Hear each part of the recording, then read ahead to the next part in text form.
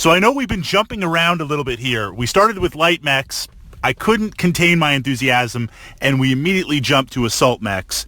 Let's kind of go middle of the road here and ask the question. And I say ask the question because there's always a bias. We have our favorite machines. We have our favorite mechs on the tabletop.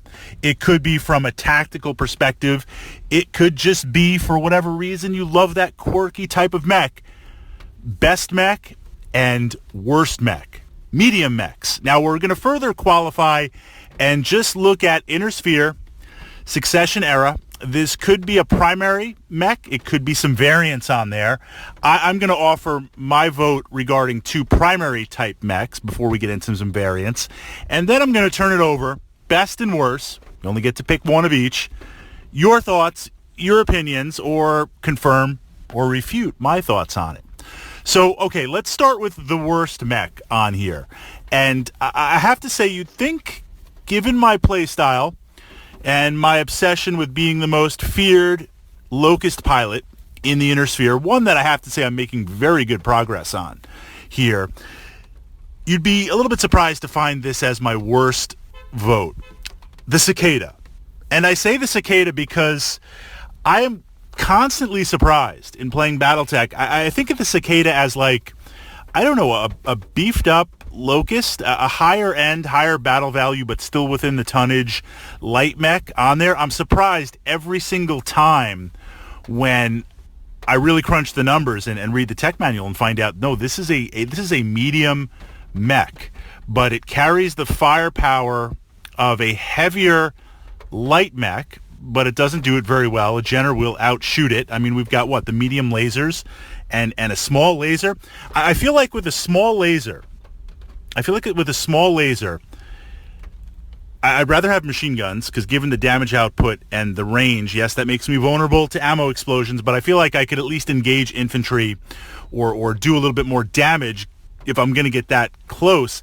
And I also feel like with the tonnage, I know we have to crunch the numbers there, but with the tonnage and the space I'd save, can I get some more armor? Can I get a slightly bigger engine? Can I get some more heat sinks? If I'm firing a small laser, I feel like things have gone really, really wrong. If I'm counting on that small laser, if I'm fielding an awesome, I'm feeling awesome, but if I'm fielding an awesome and I'm praying to the dice gods and I'm counting on that small laser, things have gone horribly wrong. And that's where I feel the same way with the Cicada. Okay, it has speed, a medium mech with armor and some, in theory, medium mech firepower speed. There are other medium mechs that can match that speed on there. There's medium mechs that can bring a lot more firepower on there. And quite frankly, for being a medium mech, I expected more armor on there. At least with the Locust, I'm very vulnerable, but I have mad speed, and I've got minimal battle value. So Cicada, I understand what the sales brochure says. Fritz almost placed that order and bought into it, but I'm just not feeling it. And I can't even say, for some contrast, the Vulcan seems a little underwhelming, but the Vulcan is a very, very specific role, and in that role it does it very, very well. So I'm not faulting mechs that are really a very specifically defined role, but they do that well. The Cicada was supposed to be like the upgraded, armored, somewhat assault scout, and I'm like, a little more battle value, I might as well get a Charger in there or something like that. Okay, best vote. And this one was hard. This one was hard because there's a number of mechs that I think do really, really well and would equally get my vote.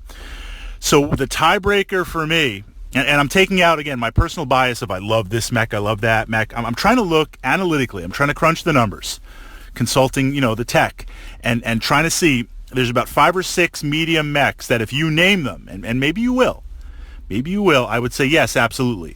So the tiebreaker for me was reviewing past battle reports, looking through my picture archive, thinking of games where I actually have fielded this mech and faced this mech.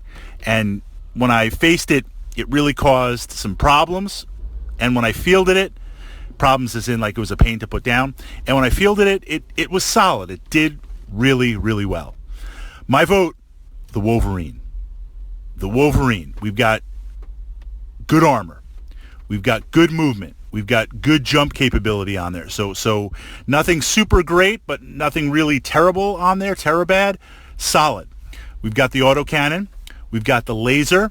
And we've got the short-range missile pack. So I've got something to do. 5 points of damage. Solid. Pretty decent at good, really good range. So I can go against vehicles. I can try to soften up some mechs. I could do run and gun. I could be a sniper with the movement and the jump capability. When we close, now as we get closer, I'm doing the tandem. I'm rocking the medium laser and I'm rocking that autocannon. And then when we get close, for a medium mech, going up against similar medium mechs or trying to hunt down light mechs, the short-range missiles got some punch in there.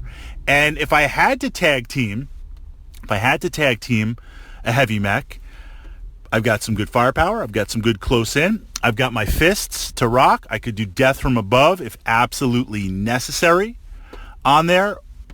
A lot of you guys thought I was going to take the Hunchback, and I was close, but the Hunchback, I feel is, it's a big gun on there. You're either all in or you're all out. It either works or it doesn't work on there. And the Wolverine, it's got good flavor. It's got good bite. It's solid at all ranges. Battle value is pretty decent also on there. It's really going to do well wherever you happen to press it into service. Your thought: worst medium mech, best medium mech, inner sphere right now, Succession era on there. No clans, no retrofits, and I guess, we've got to cover the assault. We have to cover the heavy mechs. Then we've got to look at vehicles. We got to look at vehicles on there. And then we got to turn it over for the clans and run the same exercise through as the clans, because drawing on your Battletech experience, absolutely, there could be, let me rephrase that. There are some hidden gems in there that I know I should be looking at that, for whatever reason, I'm missing.